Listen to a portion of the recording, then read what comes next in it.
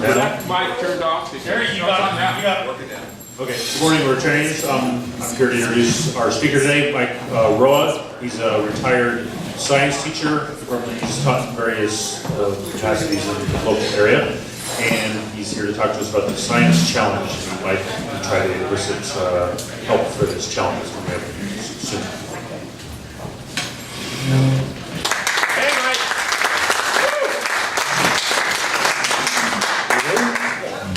I have to use my teacher voice if this goes off. But thank you. I'm Mike Roy. I have taught from 4th grade on up. I was raised in Santa Clara County, started my career there, moved up here in 1985, and we started a family and decided we didn't want to raise them in Santa Clara County. Anyway, science is my field, science and environmental education. And I retired in 2007 and took a part-time position in the County Office of Education where I met Patrick.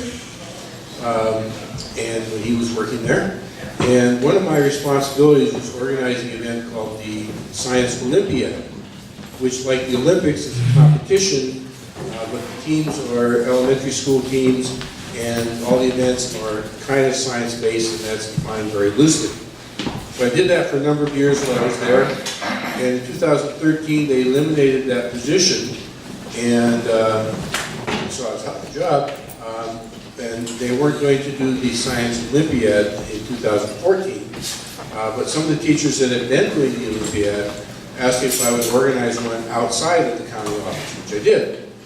And so I did the Olympiad in 2014, county office did one in 2015, but the teachers wanted to continue it, and I expanded to include, county office was 4th through 6th grade, I expanded to include 8th grade. Anyway, I changed the name to the Science Challenge, so that's what I'm here to talk about today.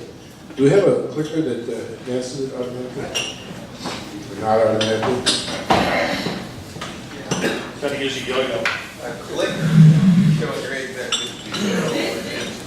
Okay. Yeah, I'm not a technology guy like Patrick, anyway. All right, so it's called the Earth-Based Science Challenge. These are the schools that signed up this year. For the first time, we finally got Sebastopol schools to sign on. Brookhaven is not going to actually do it, but Hillcrest is still in. The event's going to be on March 11th. In comparison with what I do with the county office, they are not doing the Olympiad again this year. They're doing something new called the Science Showcase, or STEAM Showcase, Science, Technology, Engineering, Arts, and Math. Just a brief history lesson. Once upon a time, teachers pretty much did what they wanted to do in their classrooms. Behind those closed doors, who knows what happens. Then the state adopted standards. In 1998, the science standards were adopted, and this basically said, thou shalt teach this or that in 4th grade, and thou shalt teach this or that in 5th grade, and so forth. But almost all of the science standards started with the words, students should know, which means that they're pretty much fact and vocabulary based, which of course is probably the least exciting part about science. But that's what teachers and students have been doing since 1998 until 2013, when some new standards were adopted that are called the Next Generation Science Standards. Those are much more process based. They have students doing things like developing solutions to problems, constructing things, using things, making observations, analyzing, generating, being able to argue for or against things. And so most of us that are into science education like the new standards much better. But we had a whole generation of kids go through the schools, and a whole generation of new teachers trained in teaching facts and vocabularies, if that's what science is about. But the exciting thing about the Science Challenge and the Science Olympiad is that it combines information and students doing science type stuff. So what is that? Well, it didn't advance all the way. Can you fix that? It didn't advance all the way. Oh. You didn't advance all the way. So you've got part of your slide and Top part on the menu bar. Yeah, no, I don't. Okay, we'll figure it out. I don't know. All right. Touch screen. Anyway, so the event's coming up on March 11th. We're gonna have about 19 teams there from schools all over the county. They'll check in in the morning. It's going to be at St. Vincent High School, and St. Vincent High School's been very good to us. They've had student volunteers helping out.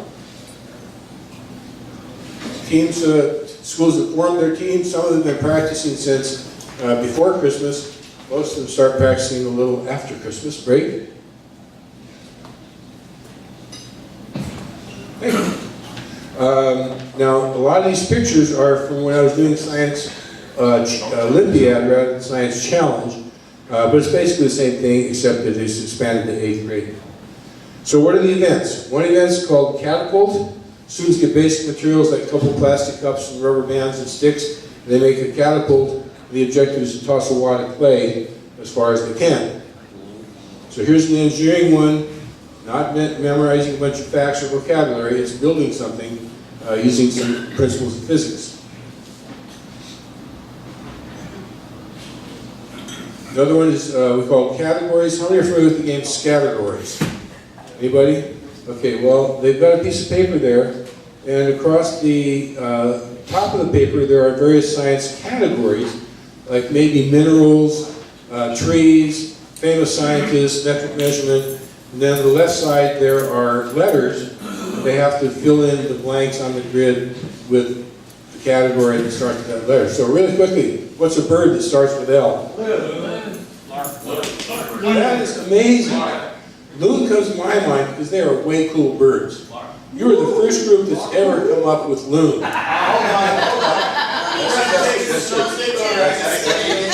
Yeah, but so that may say to you something about the looniness of this group. Usually they start off with bark. Anyhow, so that's basically a game, and it's information, it's a vocabulary and fact-based thing. Students aren't always competing, so when they're not competing, we have an activity room, keep them busy, hopefully keep them out of trouble. This is kind of a fun one. The girl on the right has a structure made of 13 Legos that are glued together. Then there's a barrier, and the boy on the left has the same 13 Legos not glued together, and she's trying to tell him how to reconstruct the same thing with every Lego in exactly the same place.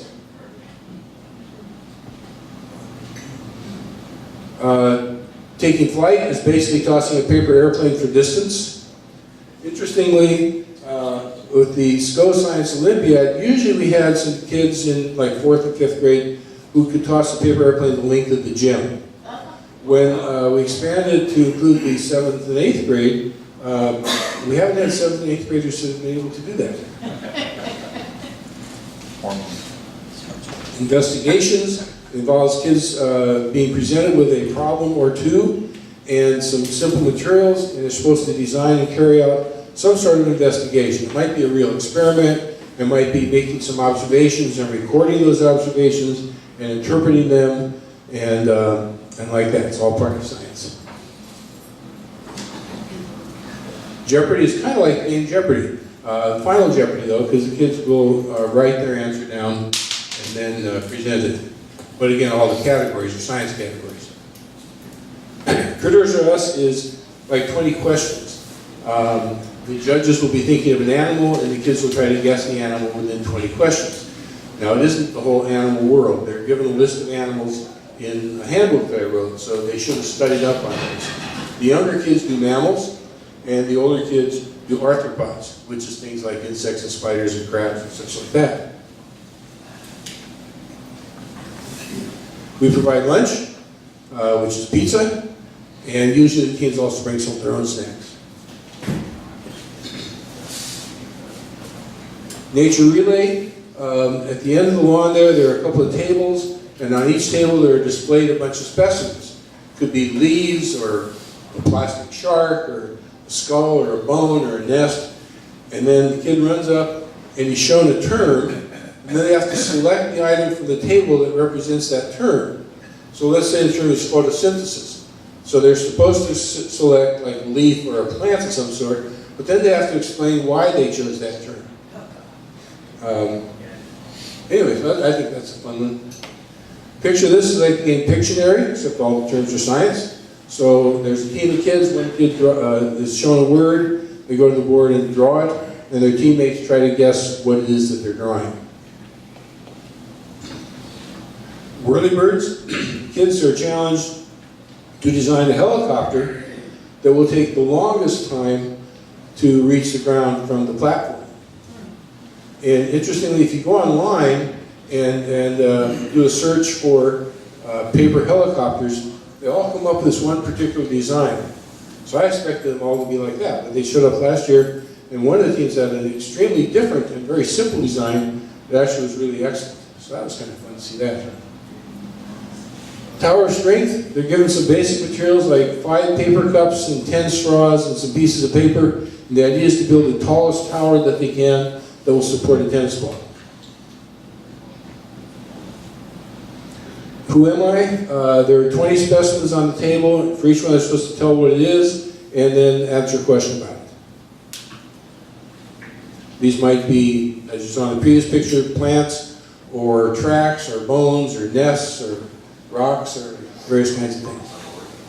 Final event's always a naked egg drop. They're given 10 pieces of paper, 0.8 of a meter of masking tape, which is about that much, and some scissors, and they build an egg catcher. And the idea is to be able to drop a raw egg into it from increasing heights without the egg breaking. So think right now, if you were to do that, how high do you think you could get before it would break it? 10 pieces of paper. Well, we start at 1 meter. You see there are different designs. And they start dropping. Obviously, they hadn't practiced much with that design. But then as it gets higher, they first go on a little step ladder, and then they go on a platform. We teach them how to use a plumb bob, which is basically a weight on a string, so, because the problem becomes hitting the egg catcher after a while. Even with the plumb bob, sometimes it misses. And sometimes it doesn't. We emphasize fun at the competition rather than the competition itself. The learning happens usually before they get there. I think the idea is to give them a fun day to exhibit their learning. But of course, some of them really get into the competition. At the closing ceremony, we'll have, of course, all the kids there and their parents. We'll have 300 or 400 people for the awards ceremony. Each participating school gets a plaque. We have 2 divisions, the younger division, Division 1, and they'll have a winner in that with a little bigger plaque, and Division 2 will get another plaque. And then you see the ribbons at the top there. If they place first through third in their event, they get a ribbon. They all get a certificate of participation.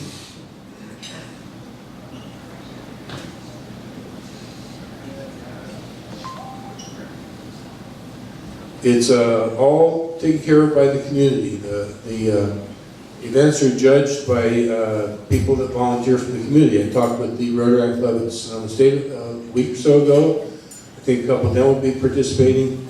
You do not have to be a science nerd to do this. You don't have to have a degree in science to know whether the team guessed the word right in that Pictionary game or how far that paper airplane went.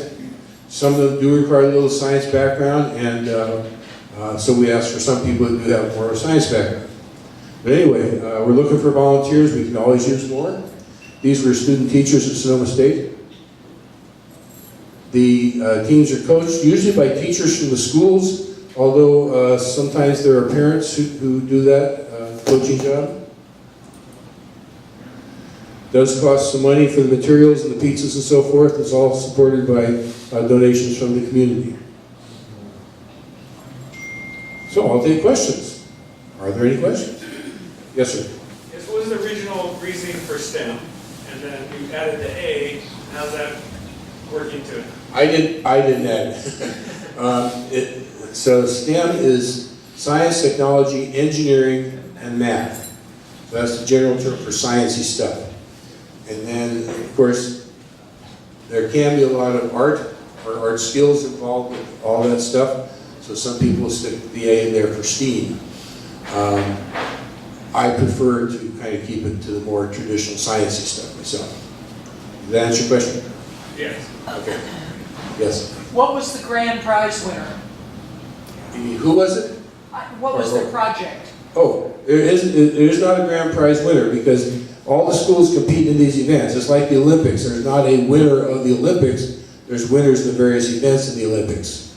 Okay, so maybe in one of the categories. Yeah, I honestly don't remember. I've been doing this for 10 years. So, yeah. Is there still the science fair? Science fair. Where people put...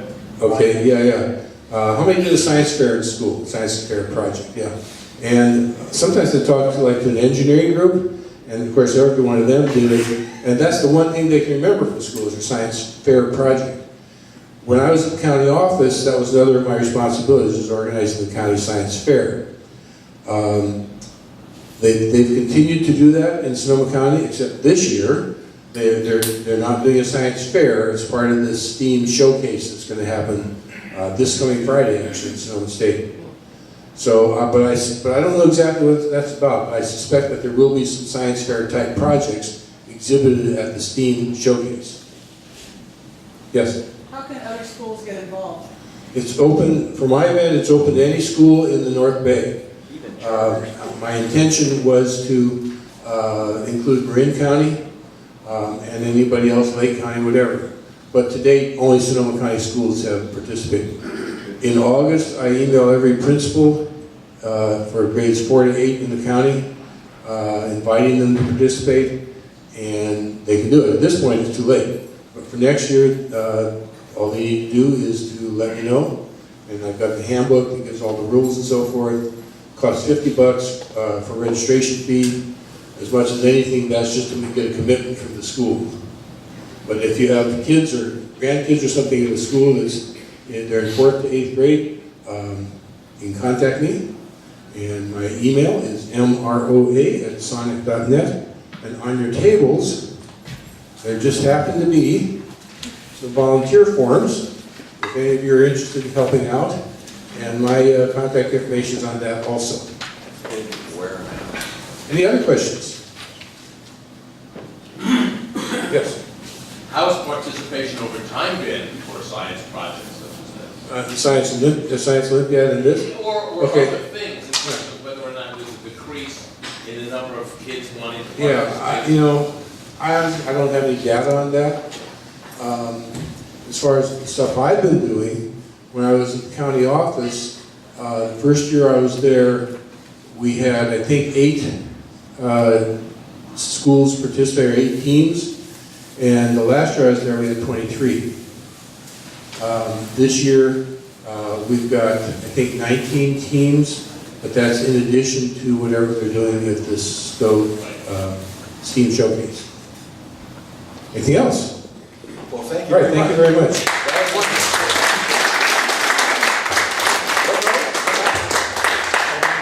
We have a drawing to do. Okay. 360. Yeah, this is a sciencey slide. This is pretty. Okay, choose one of these. I know mine. Not the mine. Okay. Okay, read the last 4 numbers, please. 4 numbers.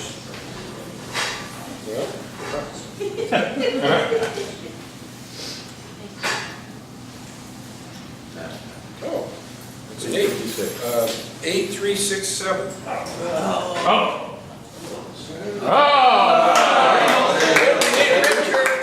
We have a present for you in case you have some notes to take about science. Thank you very much. Thank you. And you're going to choose Mr. Mark. These large print cards. Any ace, any ace. Wins the big money. And there it is. Well, thanks for So the door prize from Mr. Bruce is grape juice. grape juice. Cool. Rock grape juice. Okay, so we've left a little time here. If you had that auction item you wanted to auction. Auction. Oh, Lori took them. She did? Yeah. What about that right there? Oh, is that an auction item? No. It's not? Very much. Okay. Well, then moving right along. I thought I was leaving. This is my cartoon. See, this guy is working on a missile, and his friend is going to pop this bag right behind him. very funny. Okay, Marty, what do you got? Mike? We got mine. You're on the I'm off the mic. You're on the list. This one.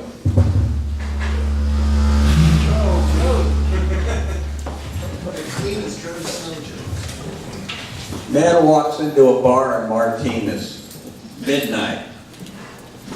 Yells, gets everyone's attention. Says, turn around and look at me. Somebody in this bar has been sleeping with my wife. I have a .45 caliber Colt handgun that holds seven in the magazine and 1 in the barrel.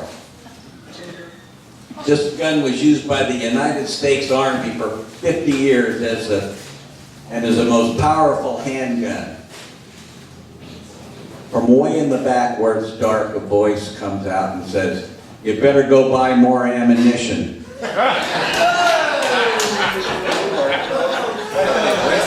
Joke. But, that was fun. We have 5 minutes. Everybody have everything to say? Anybody have anything to add? Miss Linda? I got Happy Bucks for a couple of reasons. I got to experience, yes. Some of you know my son Scotty got very ill the day after Valentine's Day, and that's why I wasn't here, but he had viral encephalitis. It was very, very scary. Got to meet the robot that we helped fund, and Dr. Good was very thorough, and so I'm proud that we were part of that. I'm very pleased that Scotty has made a full recovery. He's annoying the heck out of me again, so that's a good sign. My other big news is I'm going to be a Nana. August 3rd is my oldest boy Jimmy's due date, so a new chapter for me. Thank you.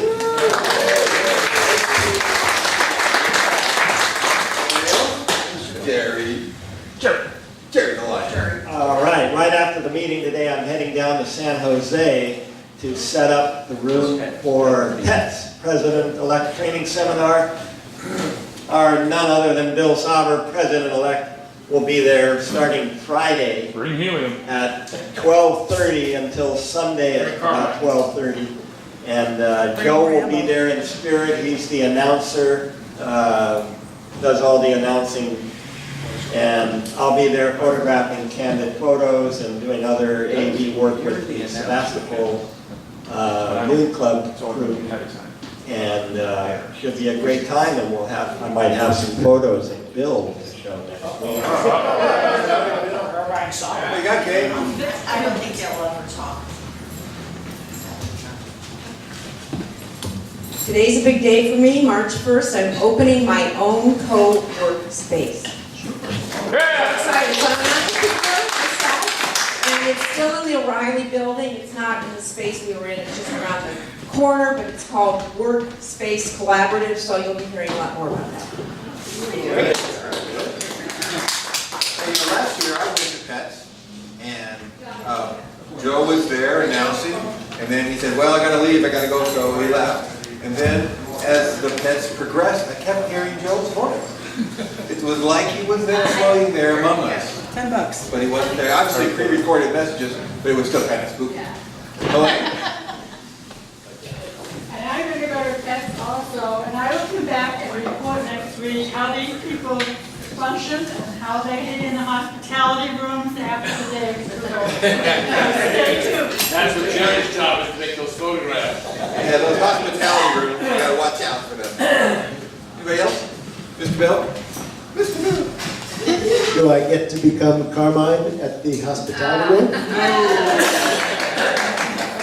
Really should have been gone by all the time. Okay, well listen guys, why don't you all just go to work now? Go, happy trail. Happy trail.